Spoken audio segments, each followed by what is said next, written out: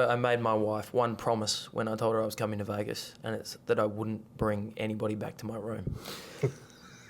And I've broken that promise. Two of the best looking blokes ever. Well, one very good looking bloke, one ogre. Gorden Tallis. How are you? I'm good. I'm fantastic. Well, I'm George Clooney with the light off. George Looney with it on. So, mate, we are here in Vegas. So cool. You were here late last year as well. You coming back. How have you found it the second time around? First time when I came out, we didn't know how it was going to happen. You're asking, and like, what are you doing? Because you got the camera out, and Americans are inquisitive. You know, what are you doing? I said, we're coming over here for like rugby league.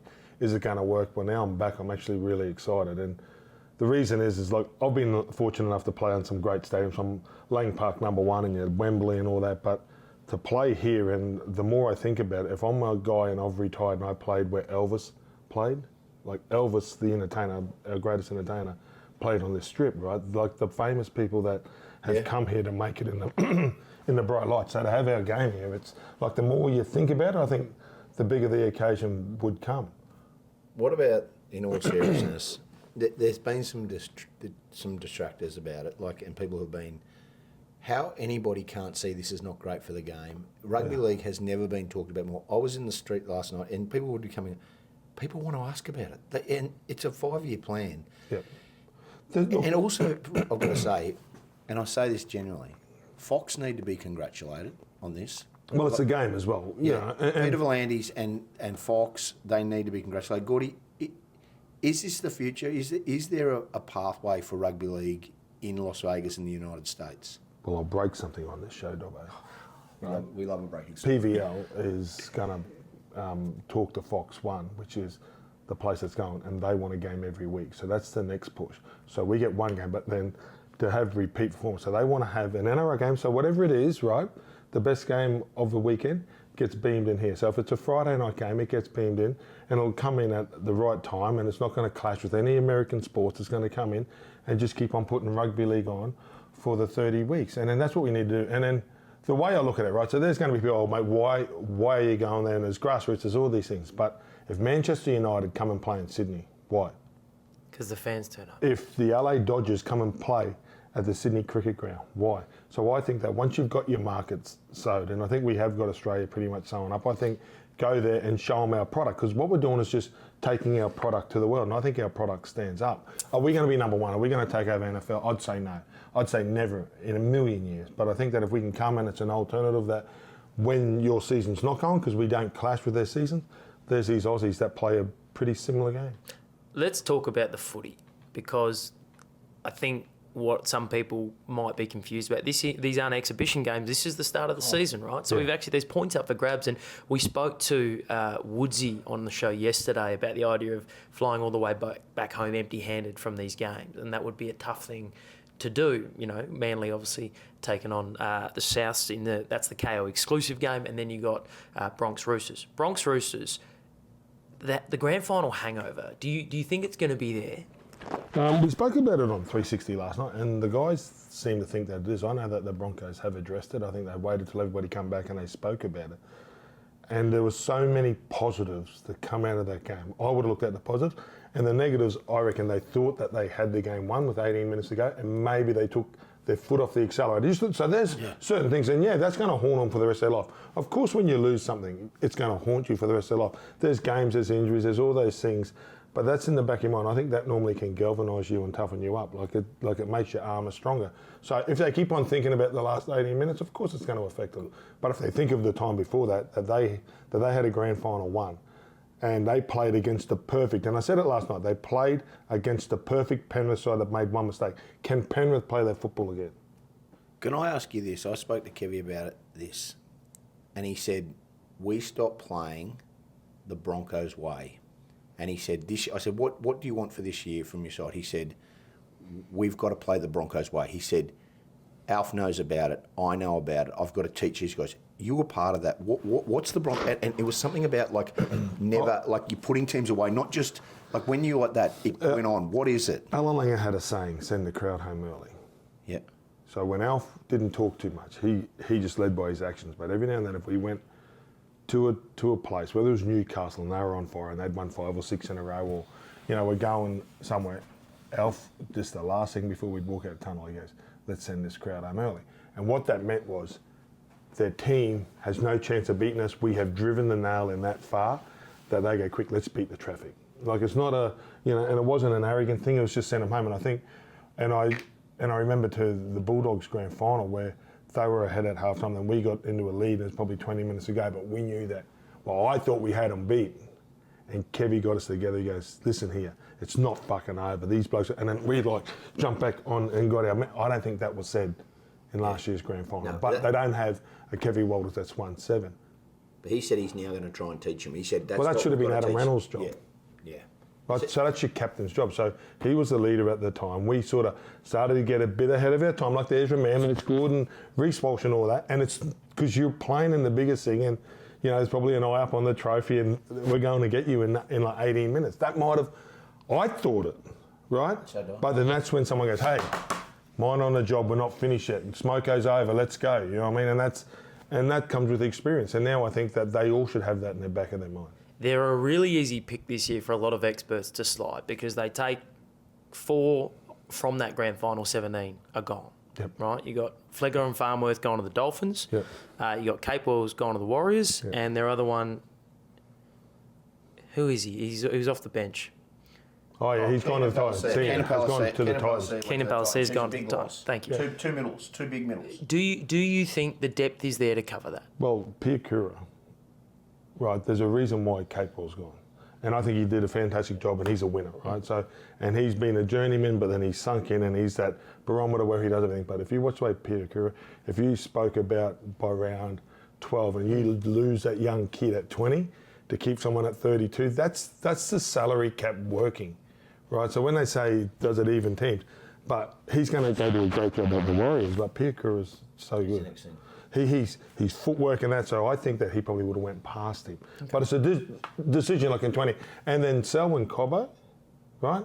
As great he is, it's time for him to step up and go in the centre. So, yes, they've lost some players, right? But you got Paddy Carey, you still got Payne Hash, you got Piakura coming in. Like, they've got enough to cover. But, yes, those losses are big. And the way Flegler finished the season in Farnworth, they were probably 2 of the best players in the competition in their position. Now, this is going to air on a Friday on our show. Yep. You are, I mean, Kevy Walters, you're as hooked into the Broncos as you can be.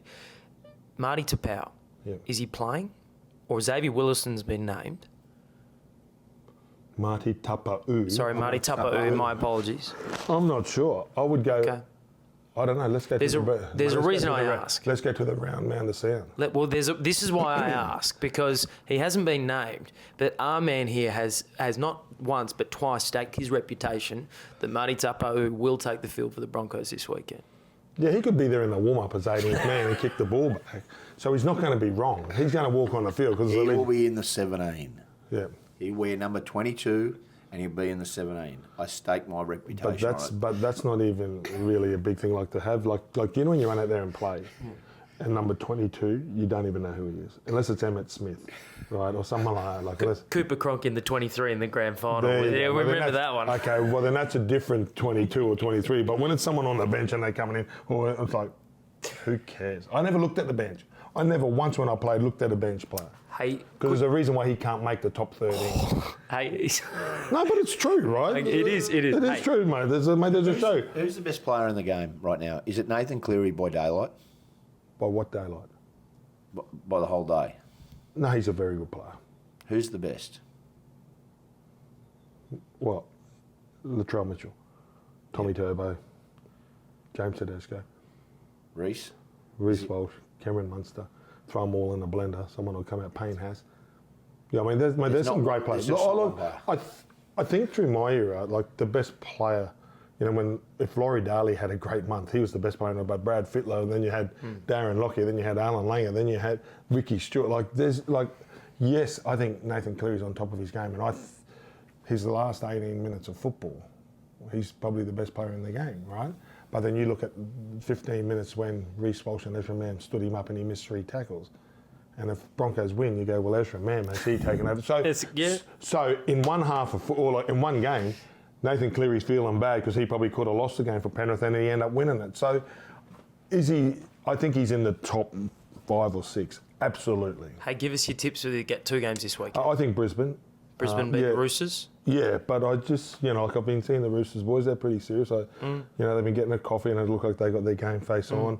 And Manly and South are a little bit harder to pick, right? But I think South's combination will click quicker than Manly's new one. I think with Latrell and Cody, they just know each other a little bit more quickly. They've played more footy. But with Luke Brooks and those guys, and Tommy hasn't played a lot, I think it might be a little bit clunky for Manly.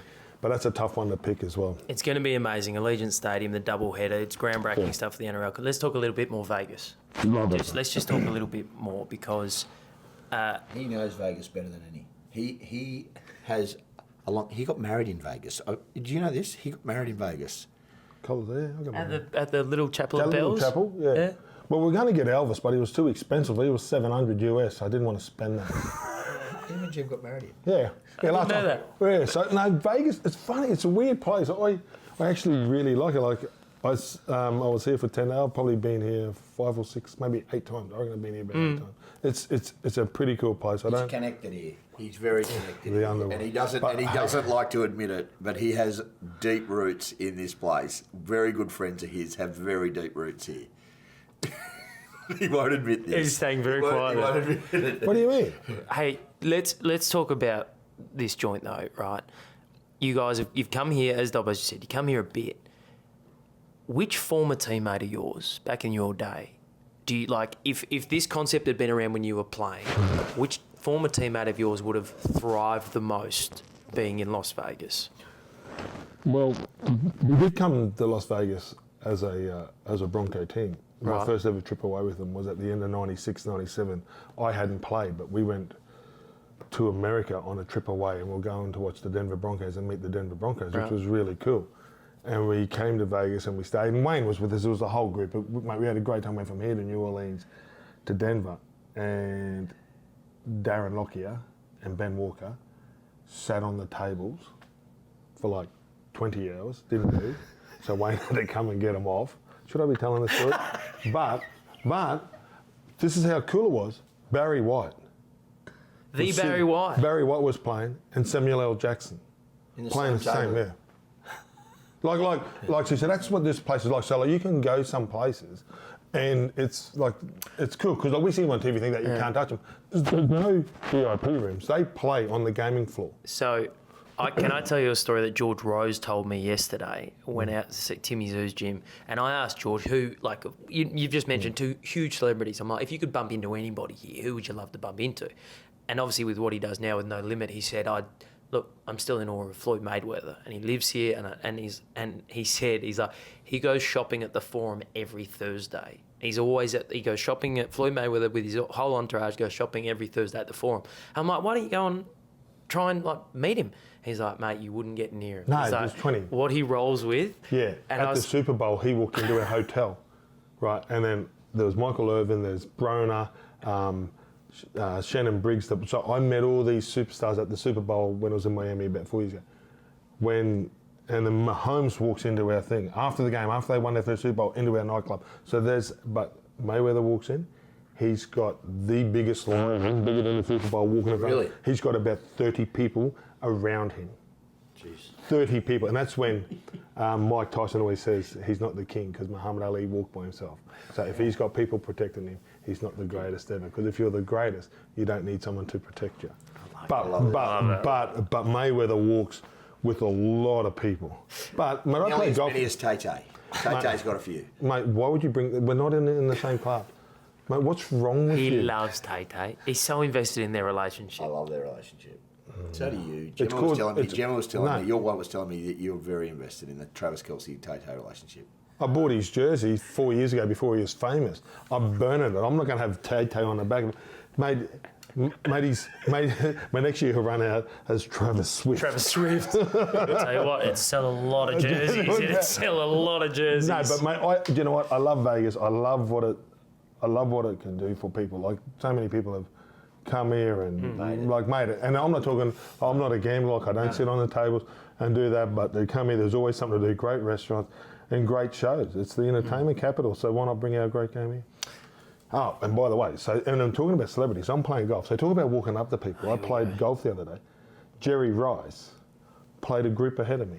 NFL legend. Did you get to take it over? No. Why? I'm not like you, Ben Dobbin. He hit up Can I on get a photo to show that he's out? I saw him play. He wore all blue.